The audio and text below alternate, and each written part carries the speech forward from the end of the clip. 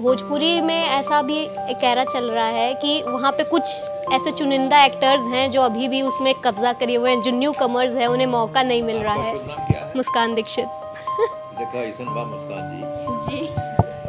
भोजपुरी में जितना लोग आईना है या तो नचनिया हवा या बजनिया हवा, और जेके पब्लिक देखे ले वह दिखाई देला। बुझाइल कि नहीं बुझाइल? तो हम नाच नहीं सकीला, गा तो सकीला मगर नाच नहीं सकीला। भोजपुरी डांस अश्लीलता के लिए ज्यादा फेमस है। भाई जब कपड़ा उतरने के बाद पैसा मिलत है तो कपड़ा पहनने का जरूरत बा? दुनिया पैसा ही पीछे चलत है ना। ये नहीं जानते हो कि हम कपड़े लेके नहीं जा पाए। कई एड मेरे छीने अमिताभ बच्चन जी ने, कई एड मेरे सौरभ शुक्ला जी ने छीने हैं, लेकिन हमको इसलिए परेशानी नहीं होती है कि I am not a slave, I am not bound to bread and butter. Bhojpuri singing क्यों छोड़ी और भोजपुरी से हिंदी फिल्म का सफर किस तरीके से तय किया? देखिए, भोजपुरी मैंने छोड़ी नहीं है क्योंकि मेरी मदर टंग है, तो मदर को कोई छोड़ेगा क्या? नहीं।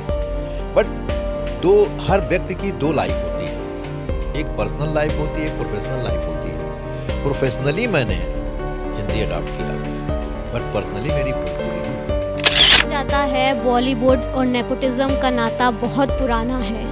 जब आप इस मूवीज में जा रहे हैं तो आप देखते हैं क्या अभी इस फील्ड में नेपोटिज्म कितने हद तक हावी है? नेपोटिज्म पहले भी रहा है, अब भी है और भविष्य में भी रहेगा, क्योंकि लोहे की बुरादे को चुम्बक अपनी तरफ घसीटता है, पीतल को नहीं घसीटेगा। लोहे का बुरादा जो है वो चुंबक में चिपक जाएगा। अब इसे चाहे आप सरनेम चाहे नेपोटिज्म का दे दीजिए, कुछ भी करिए, तो बॉलीवुड का आदमी बॉलीवुड वाले को ही अपनी तरफ घसीटेगा। बड़े काम की चीजें हूं मैं, हाँ यारो समझो जरा।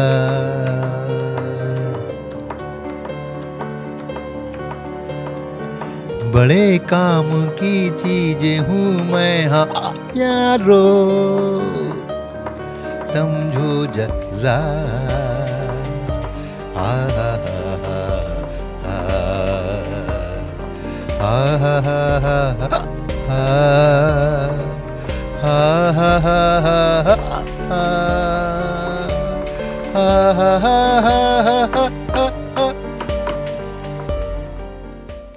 नमस्कार। आज हमारे साथ एक ऐसे एक्टर हैं जिन्होंने कई मूवीज़ में बहुत अच्छे रोल किए हैं। हमारे साथ हैं आरसी पाठक जी, जिन्होंने महारानी 2 मूवी में हुमा कुरैशी के फादर का रोल किया था, रेड मूवी में सीएम का रोल किया था, और ऐसी कई सारी मूवीज़ हैं जिसमें इन्होंने बहुत अच्छे रोल किए हैं। अभी हम उनसे बात करेंगे। तो सर, आपने किस तरीके से इस फील्ड में आने का सोचा? क्या प्लान था या क्या कुछ सिनेरियो क्रिएट हुआ? इस बारे में थोड़ा बताइए। सबसे पहले तो मैं आरसी पाठक जहां बैठा हूं, इस पूरी प्रमाइसिस के मालिक और ऑर्गेनाइजेशन अमृत विचार समाचार पत्र को तहे दिल से शुक्रिया अदा करता हूं कि मुझे यहां आने के लिए एक अवसर प्रदान किया।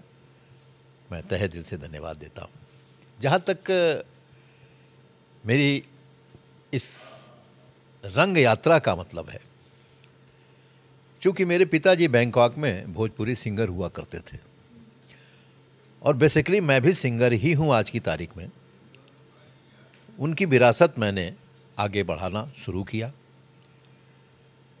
मैं भी उनके साथ साथ गांव में एक फाग गाया जाता था, चैता गाया जाता था, तो मैं भी उनके पीछे पीछे उंगली पकड़ के चला जाया करता था। लोग गाते थे, मैं देखता था, सुनता था। धीरे धीरे अपने पिताजी की विरासत को मैंने आत्मसात किया और गाना शुरू किया। माँ सरस्वती की कृपा थी, कंठ में बैठ गई आकर के, और ये कामयाबी मुझे प्राप्त हुई। मैंने महुआ चैनल में अपना विजुअल स्टार्ट किया टीवी के ऊपर। ये मेरा फर्स्ट एफर्ट्स था। मैंने करीबन 9-10 महीने वहाँ पर ब्रांडिंग की, मनोज तिवारी, कल्पना पटवरे, शारदा सिन्हा के साथ। परंतु उस दरमियान में गवर्नमेंट ऑफ इंडिया के एक department ESI corporation, ministry of labour में एक कर्मचारी की हैसियत से काम कर रहा था, तो मेरे ऊपर कुछ कोड ऑफ कंडक्ट भी लागू होते थे, इसलिए फुल फ्लेज में वहाँ काम नहीं कर पाया। इस दरमियान मेरे दिमाग में आया कि अगर मैंने नौकरी ज्वाइन की है तो मुझे किसी न किसी दिन सेवानिवृत्त भी होना पड़ेगा। तो मैंने बहुत दूर तक अपनी निगाह दौड़ाई कि मैं सेवानिवृत्त होने के बाद क्या करूँगा। तो मैंने ऑटो प्लान किया, क्योंकि फ्यूचर प्लान तो जल्दी कोई सफल नहीं कर सकता है, बट ऑटो प्लान किया कि मैं सेवानिवृत्त होने के बाद इस कला क्षेत्र में ही, रंगमंच के क्षेत्र में ही उतरूँगा, बेशक उसका स्वरूप कुछ भी हो। बेसिकली मैं थिएटरिस्ट हूँ, बोले तो थेस्पियन, रंगकर्मी। मैंने 1978 से थिएटर स्टार्ट किया और ऑल ओवर इंडिया मैंने परफॉर्मेंस दी हुई है। कुछ मैंने एक्ट भी किए हैं एज आर्टिस्ट और कुछ मैंने नाटक डायरेक्ट किए हैं। मुझे संगीत की जानकारी होने का बहुत फ़ायदा मिला। मैं अपने जितने भी प्ले करता था सब मेलोडियस होते थे और संगीत से भरे होते थे। गाने मैं खुद लिखता था, कंपोजिंग खुद करता था, गवाता भी आर्टिस्टों को मैं ही था, सारी चीज़ें मैं करवाता था। यानी आप कह सकते हैं कि ऑल इन वन था मैं, है ना। तो ये जब मेरा सफ़र शुरू हुआ रंगमंच का, तो 2005 में मुझे एक पहली फिल्म मिली जिसका नाम था आंदोलन। कोई ख़ास चली नहीं, लेकिन हाँ, कैमरे के सामने खड़ा होने की जो एक हिचक थी वो उस फिल्म से ख़त्म हुई। हालांकि मैं मंच का आदमी हूँ, मेरे को कोई दिक्कत नहीं होती थी, फिर भी कैमरे का एंगल क्या है वो टेक्निकली मैं नहीं जानता था, क्योंकि कोई आदमी पेट से सीख करके तो आता नहीं है, धीरे धीरे सीखता है। तो फिर पहली पिक्चर हुई, इसके बाद मेरी दूसरी पिक्चर डेढ़ इश्किया थी, फिर तीसरी पिक्चर नील बेटा सन्नाटा थी, इस प्रकार रेड थी और सतीश कौशिक जी की कागज़ थी। फिर मैंने नील बेटा सन्नाटा के बाद वाई चीट इंडिया की, मैंने कागज़ की, फिर मैंने आपके राम प्रसाद की 13वीं की और इसके बाद मैंने हमारे 12 की और मैंने गर्मी की, महारानी 2 की, मिर्ज़ापुर 2 की। इस प्रकार लगभग मैं करीब 52 मूवीज़ मैं कर चुका हूँ। और मेरी आने वाली जो फिल्में हैं वो जय श्री राम है, साउथ की है ये मेरी मूवी। एक मरियम मूवी है जो बुसान फिल्म फेस्टिवल में सेलेक्ट हो चुकी है। और आने वाली मेरी केजीएन मूवी है, सुजाता मूवी है। 4-5 मूवीज़ अभी मेरी रिलीज़ होनी बाकी है। तो भोजपुरी सिंगिंग क्यों छोड़ी और भोजपुरी से हिंदी फिल्म का सफ़र किस तरीके से तय किया? देखिए, भोजपुरी मैंने छोड़ी नहीं है, क्योंकि मेरी मदर टंग है, तो मदर को कोई छोड़ेगा क्या? नहीं। बट हर व्यक्ति की 2 लाइफ होती है, एक पर्सनल लाइफ होती है, एक प्रोफेशनल लाइफ होती है। प्रोफेशनली मैंने हिंदी अडॉप्ट किया हुआ है, बट पर्सनली मेरी भोजपुरी ही है।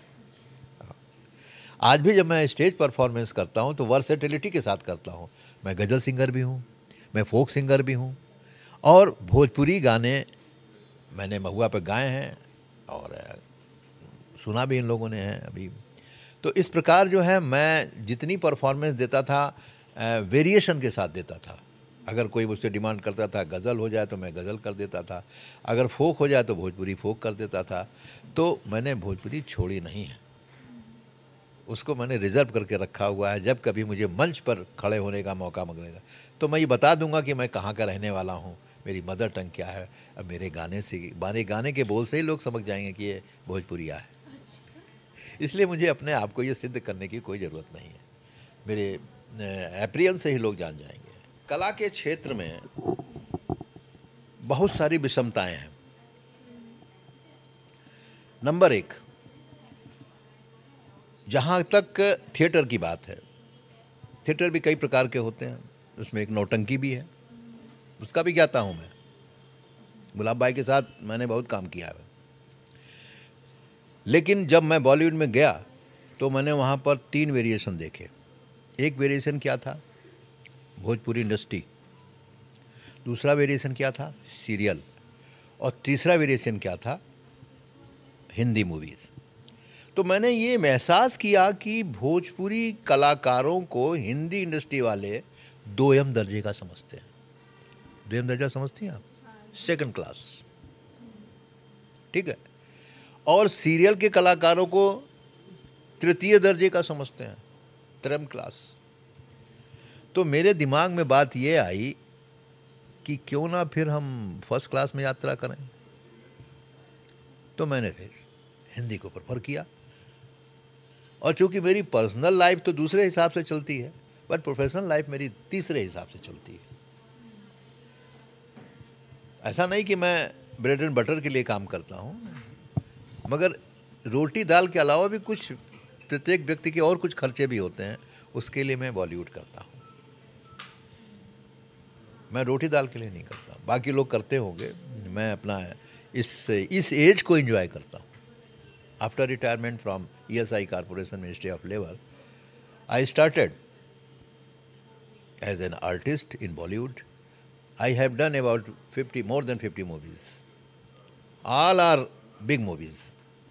इसके अलावा क्या आपने, कहते हैं ना टीवी सीरियल से स्टार्ट करना, क्या कोई रोल, जब क्योंकि मुंबई गए होंगे तो आपको डायरेक्ट कोई बड़ी मूवीज़ में ऐसा नहीं होता है कि काम मिल जाता है, तो वहाँ पर मुंबई जाने का सफ़र कैसे हुआ, और उसके अलावा कैसे आपने छोटे छोटे रोल्स किए या किस तरीके से आपने मुंबई में अपनी शुरुआत की? मुंबई जाना इसलिए हुआ कि मैं ऑलरेडी इससे पहले गवर्नमेंट जॉब से पहले मैं एक प्राइवेट जॉब करता था। वो था, मैं कंपनी थी सारा भाई केमिकल, मैं वहाँ केमिस्ट था। तो मेरी पोस्टिंग बेलार्ड स्टेट बम्बई में थी, तो मैं वहाँ शाम को थिएटर भी करता था। तो 2-4 लोगों से मुलाकात हुई तो मुझे काम मिलना शुरू हो गया सीरियल में, सावधान इंडिया वगैरह में, या जो ETV का आता था पहले, वो आता था एक शो, नाम मुझे नहीं आ रहा है याद इस समय, हैं? हाँ, तफ्तीश। कई मैंने 8-10 शो तो लखनऊ में ही किए उसके, और कितना मिलता था मालूम है? 1 शो का 500 रुपया वो भी किया है, ऐसा नहीं है। लेकिन अब मैंने सावधान किया तो उसमें 5000 पर शो मिलता था, पर डे मिलता था। तो धीरे धीरे मेरा ग्रेडेशन होता चला गया। आज की तारीख में मोर देन 20,000 लेता हूँ पर डे, या पैकेज लेता हूँ। तो ये मैंने कोई खास स्ट्रगल नहीं किया, बस इतना मैंने डिसाइड कर लिया जब मुझे पता चल गया कि इसमें कॉन्फ़िगरेशन कैसा है, कि सीरियल वाला क्या कॉन्फ़िगरेशन है, भोजपुरी वाला क्या कॉन्फ़िगरेशन है, हिंदी का क्या इम्पोर्टेंस है। तो जब मैंने ये हमको पता लग गया इस बॉलीवुड में, तो मैंने वही चुना जो मेरे कैरियर के लिए, मेरे सर्वाइवल के लिए, मेरे पॉकेट खर्च के लिए जो मुफीद होगा वही मैं करूँगा। ऐसा नहीं, मैंने कसम नहीं खा रखी है कि अगर कोई अच्छा सीरियल मिल जाए, ग्रैंड एपिसोडिक के मैथोलॉजिकल मिल जाए, महाभारत या रामायण इस टाइप का कोई बड़ा, तो मुझे कोई इसमें एतराज़ नहीं है। और कोई बड़ी पिक्चर मूवी मिल जाए भोजपुरी भी जिसमें अश्लीलता ना हो, तो मुझे कोई एतराज़ नहीं है। मैंने कई हिंदी मूवी छोड़ दी सिर्फ इस वजह से, 2-3 दिन काम करने के बाद भी, कि उसके डायलॉग अनसोशल थे, इरिलेवेंट थे, एब्यूजिंग थे। मैंने स्ट्रेट फॉरवर्ड मना कर दिया, I am not going to do this dialogue because I am a social person, I have a reputation among we people. कहा जाता है बॉलीवुड और नेपोटिज्म का नाता बहुत पुराना है, तो नेपोटिज्म क्या आप, जब क्योंकि आप इस फील्ड से नहीं थे, जब आप इस फील्ड में गए तो आपको क्या कुछ देखने को मिला? क्या आप भी उसका शिकार हुए, या कभी आप, जब आप इस मूवीज़ में जा रहे हैं तो आप देखते हैं क्या अभी इस फील्ड में नेपोटिज्म कितने हद तक हावी है? देखिए, नेपोटिज्म पहले भी रहा है, अब भी है, और भविष्य में भी रहेगा। क्योंकि लोहे की बुरादे को चुम्बक अपनी तरफ घसीटता है, पीतल को नहीं घसीटेगा। लोहे का बुरादा जो है वो चुंबक में चिपक जाएगा। अब इसे चाहे आप सरनेम चाहे नेपोटिज्म का दे दीजिए, कुछ भी कह दीजिए, तो बॉलीवुड का आदमी बॉलीवुड वाले को ही अपनी तरफ घसीटेगा। जहाँ तक मेरा पर्सनल बात है, मैं इसका शिकार नहीं हुआ। हाँ, एक चीज़ का मुझे ज़रूर थोड़ा सा सामना करना पड़ा कि यहाँ पर जो इस्टेब्लिश है उसको स्क्रीन के ऊपर ज़्यादा तरजीह दी जाती है, और जो फुल्ली इस्टेब्लिश नहीं है उसको थोड़ा कम तरजीह दी जाती है। कई पिक्चरों में मेरे जैसे रोल थे, जो एक सीनियर एक्टर के साथ, सीनियर क्या, आप सीनियर यूँ कह सकती हैं कि वो एज में तो कम हो सकते हैं मगर काम ज़्यादा किया होगा, उनके साथ मेरा जब कन्वर्सेशन हुआ, एक्टिंग हुई, कन्वर्सेशन हुआ, तो कुछ सीन मेरे उड़ा दिए गए। तो ये पार्शियलिटी तो फिल्म में चलती है, और ये चलती इसलिए है कि देखिए, मैं आपको बताऊं इसका बेसिक फंडा क्या है। जो भी प्रोड्यूसर पैसा लगाता है, कोई रिश्तेदारी नहीं निभाने आया है, वो सोचता है कि हमें किसको फुटेज देने पर मार्केट की हमें TRP मिलेगी। भाई, एक प्रोड्यूसर कहता है किसी आर्टिस्ट से, मैं तुम्हें क्यों लूँ, मैं 1 अरब की पिक्चर बना रहा हूँ, तुम हमें कितना रिटर्न करवाओगे? 1 रुपया खर्चा करने के बाद 1 रुपया 25 पैसे हमें दो तो हम तुम्हें लेंगे, और अगर 95 दोगे तब भी नहीं लेंगे हम। तो ये सीधा सीधा बॉलीवुड का फंडा है कि वहाँ पर जो भी आर्टिस्ट जाएगा उसकी मार्केटिंग होती है। आरसी पाठक की मार्केटिंग तभी होगी जब आरसी पाठक के चेहरे से लोग आएंगे हॉल में देखने या OTT पर देखने या XYZ किसी भी प्लेटफॉर्म पर देखने, तभी तो मुझे पैसा देगा वो, कोई खेल तो करेगा नहीं। तो ये होता है वहाँ पर। इसके लिए आप चाहे पार्शलिटी कह लीजिए, चाहे नेपोटिज्म कह लीजिए, चाहे कुछ भी कह लीजिए, बड़े बड़े आर्टिस्ट फेल हो जाते हैं। ऐसा नहीं है कि हर एक की पिक्चर हिट ही हो जाए, लेकिन है क्या, ये चलता है कि अगर अमिताभ बच्चन के साथ मेरा कोई कैरेक्टर आए तो अमिताभ बच्चन को तरजीह दी जाएगी, मुझे उतनी तरजीह नहीं दी जाएगी।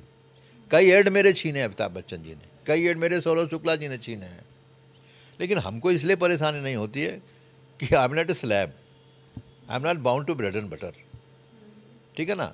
तो हमें कोई प्रॉब्लम नहीं होती कि मुझे उतना चाहिए ही नहीं, लेके जा नहीं पाऊंगा, है ना, उतना नहीं चाहिए हमें, तो उतना चाहिए जितने में हम हंसते रहें, आपको हंसाते रहें और लोगों को मुस्कुराता हुआ देखते रहें। रिटायरमेंट के बाद जैसे आप अब फुल्ली मूवी में इन्वॉल्व हो चुके हैं, तो फ्यूचर क्या प्लान सोचा है अभी? फ्यूचर प्लान यही है, इसी फील्ड में आगे बढ़ना है आपको? इसी फील्ड में आगे बढ़ना है। और अभी जो कमियां हमारे अंदर, ऐसा तो नहीं, कोई भी आदमी मुकम्मल नहीं होता, मरते दम तक कोई भी शख्स मुकम्मल नहीं होता है, कुछ न कुछ कमियां उसके अंदर बनी रहती हैं। उन कमियों को दूर करने का प्रयास कर रहा हूं। और मेरा जो फैमिली स्टेटस है, एक बेटा मेरा कस्टम में है और मेरी बेटी बॉम्बे में है। लाइबिलिटीज इस नाम की कोई नहीं कि इनकी शादी करनी है, तो इसलिए मुझे अपने आप में ही सुधार करना है, जो कुछ भी कमियां हैं उनको फुलफिल करना है। एक हम लोग टिटबिट राउंड करते हैं जिसमें आपको आपका फेवरेट चीज़ जो मैं पूछूंगी वो आपको उस बारे में बताना है। तो फेवरेट एक्टर? मेरा फेवरेट एक्टर जो है, आपको सुनकर ताजुब होगा, Nazir Hussain. Favourite actress? Nirupa Roy. Favourite song, Hindi या भोजपुरी में भी कैटेगराइज कर सकते हैं आप? हिंदी में जो स्टार्ट आपने जो क्वेश्चन किया सॉन्ग के बजाय अगर आप सिंगर पूछें तो ज़्यादा बेटर होगा। मेरे आइडियल कौन कौन है मैं आपको बता रहा हूँ। हेमंत दा, उनसे इन्फ्लुएंस्ड हूँ। जो मेरी वॉइस है थोड़ा बंगाली टोन पर है, तो मुझे जो हेमंत दा, राह बनी खुद मंजिल, पीछे रह गई मुश्किल, हा हा हा हा हा, ये मेरे फेवरेट दा हैं मेरे, जिनसे मैं इंस्पायर्ड हूँ। और तलत महमूद साहब, लाली लाली ओठवा पे चुवे लाल लैया हो की रस चुवेला। इसके अलावा अभी आपका जो फेवरेट रोल जो आपने अब तक किया, उसमें से कोई एक फेवरेट रोल? अभी तक जो मैंने 2 रोल किए हैं, महारानी 2 में मैंने हुमा कुरैशी जी के फादर का, और चीफ मिनिस्टर के लिए मैंने 3-4 फिल्में कर डाली हैं बतौर चीफ मिनिस्टर। तो फेवरेट करेक्टर होता, रोल नहीं होता है। फेवरेट करेक्टर क्या, पॉलिटिकल है मेरा और नेगेटिव भी। मेरा जो फेस कैलॉग है वो नेगेटिव है, पॉजिटिव नहीं है। इनफैक्ट अंदर बाई हार्ट तो पॉजिटिव हूँ, बट फेस नहीं मेरा पॉजिटिव हो, नेगेटिव है। ऐसा नहीं कि मैं इमोशनल नहीं हूँ, मैं तो इमोशनल आपसे बात करते करते आंसू बिना ग्लिसरीन के गिरा दूंगा, ऐसा नहीं है। बट क्या है कि एक होता है ना कि ऊपर वाला जब बना के भेजता है, किसी को सॉफ्ट भेज देता है, किसी के चेहरे पर देखेंगे खिसियाहट रहती है, ये उसके तमाम सारे सांचे हैं, किसी को भी किसी में डाल देता है। अब जैसे भाई साहब का चेहरा बड़ा स्मूथ है, इनका देखिए स्माइलिंग है स्मूथ, ये है ना। जब मुझे कास्टिंग करनी होती अपने थिएटर की तो मैं इन सब चीज़ों का ध्यान रखता हूँ कि कौन आदमी क्या करेक्टर कर पाएगा। अब अगर मुझसे कहिए मोची का करेक्टर करने के लिए, can it be possible? No. मैं तो या तो खतरनाक सेठ का करूंगा, या मुनीम का करूंगा, या डॉक्टर का करूंगा, या वकील का करूंगा, या जज का करूंगा। तो ये कैलॉग बोलता है। थिएटर लाइफ में जो आपने थिएटर्स किए होंगे, उनमें से जहाँ जहाँ आप, क्योंकि आप बहुत जगह पे गए होंगे थिएटर करने, तो सबसे बढ़िया प्लेस कौन सी लगी? और नवाबों का शहर लखनऊ के बारे में भी थोड़ा। Chandigarh best place for theatre, जहाँ पर एंट्री आती है। और इसके बाद नंबर आता है वेस्ट बंगाल का। वेस्ट बंगाल में मैं आपकी जानकारी के लिए बता दूं, जो अपनी कल्चरल मिनिस्ट्री है सेंट्रल गवर्नमेंट की, उसमें 7 जोन्स हैं। जिसमें ईस्टर्न जोन है, वेस्टर्न जोन है, नॉर्थ जोन है और वेस्ट ईस्टर्न है, मतलब इस तरह के 7 जोन हैं। तो अलग अलग जोन जो होते हैं ना, अब जैसे साउथ जोन है चेन्नई में, चेन्नई है, और वेस्ट जोन बॉम्बे है, और नॉर्थ जोन पटियाला इलाहाबाद है, लखनऊ भी है उसमें। तो इस तरीके से जोनल होता है। ईस्ट जोन है कलकत्ता है। तो हर जोन अपना अपना जो है अपना परफॉर्मेंस करवाता रहे। तो मैंने सारे जोन में काम किया हुआ है और सबसे अच्छा परफॉर्मेंस वेस्ट बंगाल की होती है थिएटर के मामले में। तो उन्हीं से मैं इंस्पायर हूँ। एक चीज़ देखी जाती है कि आजकल के युवाओं में ना एक्टिंग का बहुत जोश सवार है, तो वो मुंबई और बहुत सारी ऐसी जगहों पे जाते जहाँ उन्हें काम मिल जाए। मगर क्या, क्योंकि हर कोई सक्सेसफुल नहीं हो पाता है, तो मुंबई जाने के बाद आज के, क्योंकि हमारे जेनजीज हैं जो बहुत सारे इन चीज़ों में आगे बढ़ रहे हैं, तो किस तरीके से काम करें और किस तरीके से वो आगे बढ़े कि उन्हें हेल्प मिले या उनका जो एक्टिंग करियर है वो आगे बढ़ पाए। एक न्यू कमर जिसकी उम्र 18 साल है, जिसकी उम्र 18 साल है, 18 साल से लेकर के 23 साल तक वो सिर्फ थिएटर करे, वर्सेटाइल थिएटर करे, जिसमें सिंगिंग भी शामिल है, डांस भी शामिल है, एक्टिंग भी शामिल है। ये तीनों चीज़ें 5 साल जब वो रगड़ के करेगा, ईमानदारी से करेगा, तो मैं दावे के साथ कह सकता हूँ उसे किसी इंस्टीट्यूट में एक्टिंग सीखने की ज़रूरत नहीं है। हिंदुस्तान के अंदर जितने भी एक्टिंग इंस्टीट्यूट चलाए जाते हैं, ये वो लोग चलाते हैं जिनकी या तो मार्केट डाउनवर्ड्स जाती है, बच्चों को ला करके लाखों रुपए लेते हैं। एक्टिंग कोई सीखने सिखाने वाली चीज़ नहीं होती है। कुछ टेक्निकलिटी है एक्टिंग में जिसे बताया जाता है, बट एक्टिंग जो है बाय बर्थ होती है, वर्थ ऑफ गॉड होती है। एक्टर जो है वो अगर कोई सीख के बनना चाहे तो नहीं बन सकता, हालात से बनेगा। आप देखो ऐसे ऐसे कर रहे हो ना, दिस इज एक्टिंग। आप हंसे ना, अभी ऐसे किया ना, दिस इज आल्सो एक्टिंग। ये सब नेचुरल है और ये आदमी नहीं कर पाता है। अभी मैं कह दूं किसी से ऐसे करो तो नहीं कर पाएगा, और फिर वो स्टाइल मारेगा, ऐसे मारेगा, ऐसे मारेगा, ये करेगा ना। हम जैसे आपसे बात कर रहे हैं, ये एक्चुअल नेचुरल एक्टिंग है। वो ज़माना गुजर गया, सामा हुआ ख़त्म। अब आज की तारीख में क्या है कि नेचुरल एक्टिंग, मेथड एक्टिंग चलती है। हम जैसे आपसे बात कर रहे हैं, तभी तो पब्लिक इन्वॉल्व होगी। भाई नीचे जो ऑडियंस देख रही है आपको हॉल के अंदर, वो आपसे कब इन्वॉल्व होगी? तो तभी इन्वॉल्व होगी जब वो देखेगी कि ये जो स्क्रीन के ऊपर हमारे घर की हालात चल रही है, तभी तो उस समस्या से जूझेगा। वो देखेगा, चाहे वो लव हो, चाहे झगड़ा हो, चाहे कहीं कैसा भी अफेयर हो। सोसाइटी में जैसे जितने सारे अफेयर्स होते हैं, वो अगर ऐसे बनाए जाएं, इस तरीके के बनाए जाएं, ऐसे डिलीवरी की जाए कि लगे कि हमारे घर में ये घटित हो रहा है, तभी तो ऑडियंस उसको बैठ करके देखेगी। अब इसके बाद क्या होगा कि लड़के ने कुछ गड़बड़ कर दिया, अब पत्नी क्या करेगी, ये लोग क्यूरियोसिटी होगी कि नहीं? तो इसके लिए नेचुरल आना पड़ेगा। अगर एक्टिंग कर दिया तो बेकार हो जाएगा। मैं एक्टर नहीं हूँ, मैं एक सिंपल आर्टिस्ट हूँ, वो भी थिएटर। बेसिक मेरा थिएटर ग्राउंड है। मेरे अंदर इसका एक बड़ा भारी वाकया है। 1979 78 के बाद 1 साल बाद मैं बीमार पड़ गया। सब लोग सुनिएगा इसको। मैं बीमार पड़ गया। मैं डॉक्टर के पास गया। डॉक्टर ने नीचे ऊपर देखा, नाड़ी उड़ी देखी, कहने लगे आपको तो फीवर है। ठीक है, कहला ऐसा करो, जाओ पैथोलॉजी जाओ, अपना जांच करा के आओ। मैं पैथोलॉजी गया, मैंने रिपोर्ट ला के दी। तो मैं उतना जानकार नहीं था। आज की तारीख में तो मैं फुल मुझे पता है पैथोलॉजी कैसे क्या की जाती है, सारी जानकारी मुझे मेडिकल लाइन की है। मैं लेकर के रिपोर्ट गया डॉक्टर को। डॉक्टर ने समोसे ऐसा मुंह बनाया। हम कहा क्या हो गया भाई, ये समोसे ऐसा मुंह क्यों बना लिया?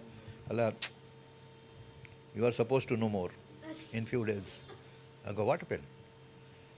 कहने लगे बहुत गड़बड़ है। अब हमारी भी नीचे से ऊपर तक जो है सांस चलने लगी। तुम्हारे अंदर एक चीज़ है। हमने कहा क्या है?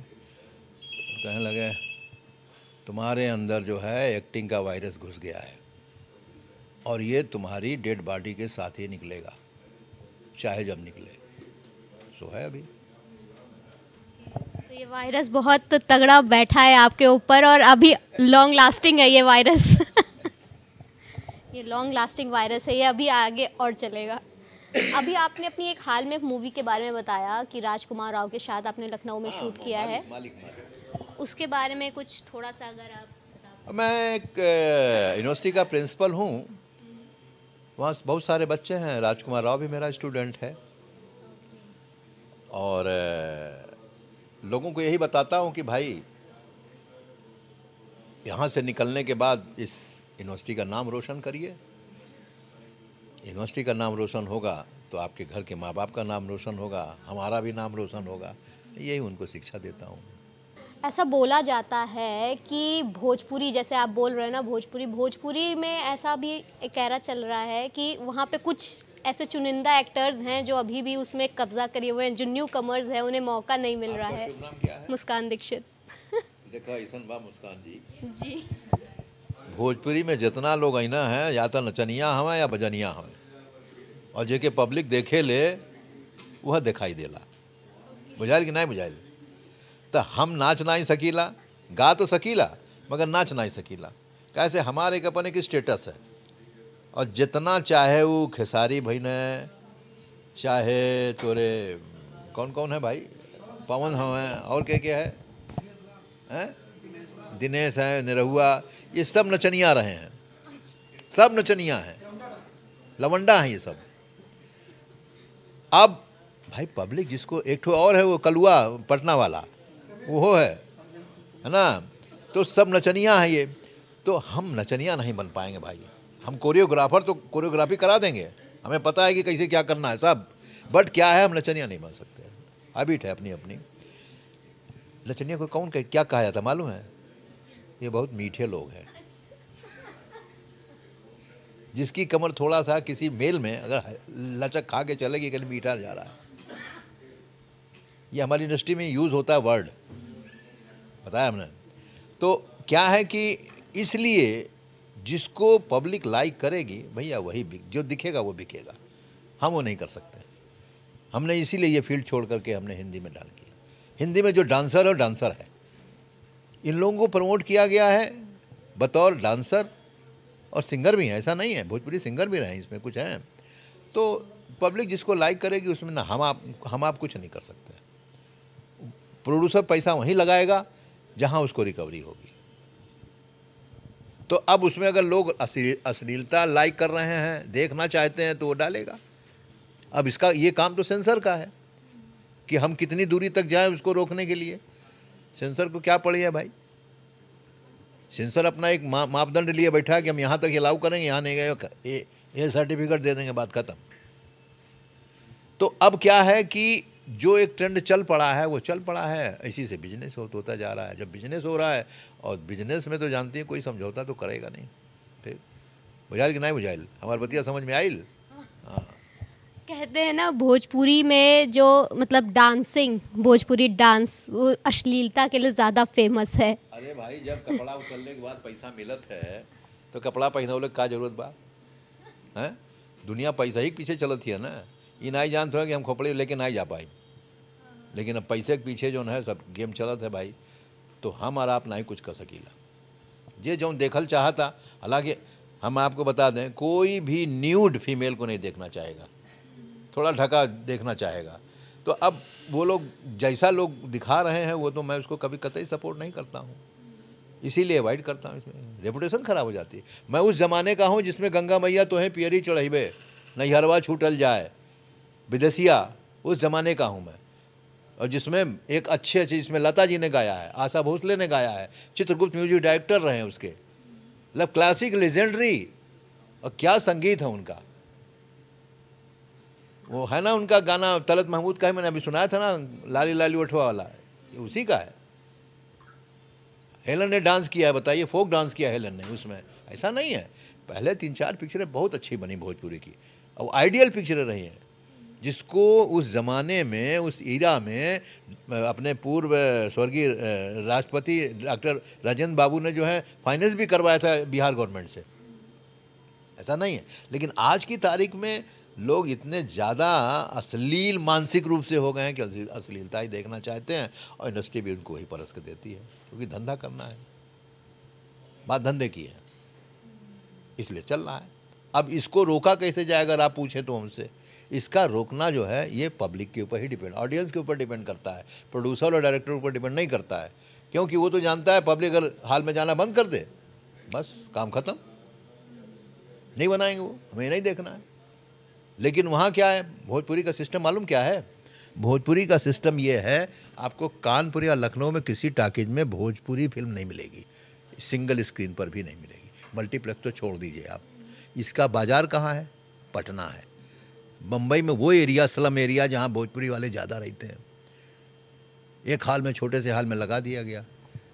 तो इसकी मार्केट वो है, जनरल मार्केट नहीं है। पटना में दिखेगा आपको, कलकत्ता में दिखेगा, ये सब चीज़ें वेस्ट बंगाल में दिखेगा।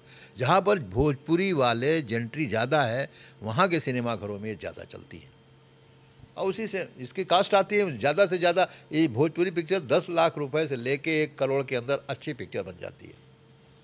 हिंदी पिक्चर इसमें नहीं बनेगी। हिंदी पिक्चर की स्टार्ट की 1 करोड़ से होती है और 100 करोड़ तक जाती है। कम पैसा लगता है इसमें, आराम से आदमी बना लेता है, बेच बाच लेता अपना। 2-4 अगर गाने हिट हो गए उसके, जैसे मैं गाना सुना दे रहा हूँ मैं, वही मैं कहने जा रही थी कि आप एक अपना कंपोज किया हुआ या कोई आपका फेवरेट सॉन्ग। बड़े काम की चीजें हूँ मैं, हाँ यारो समझो जरा,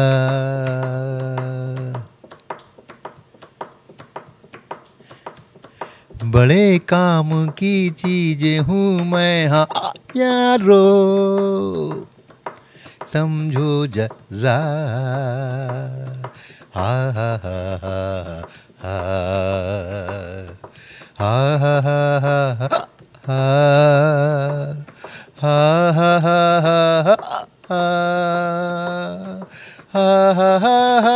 हा।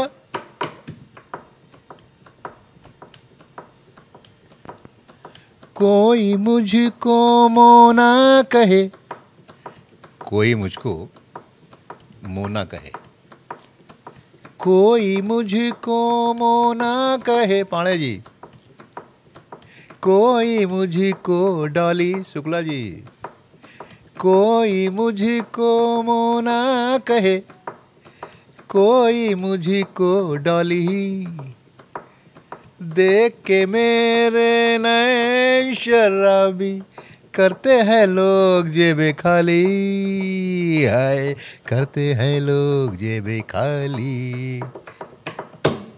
बड़े झाम की चीजें हूँ मैं, हाँ यारो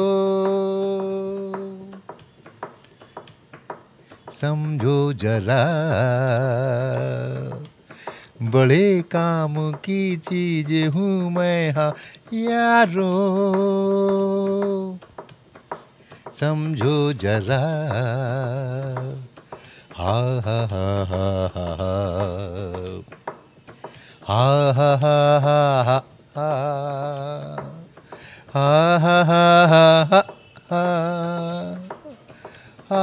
हा हा हा।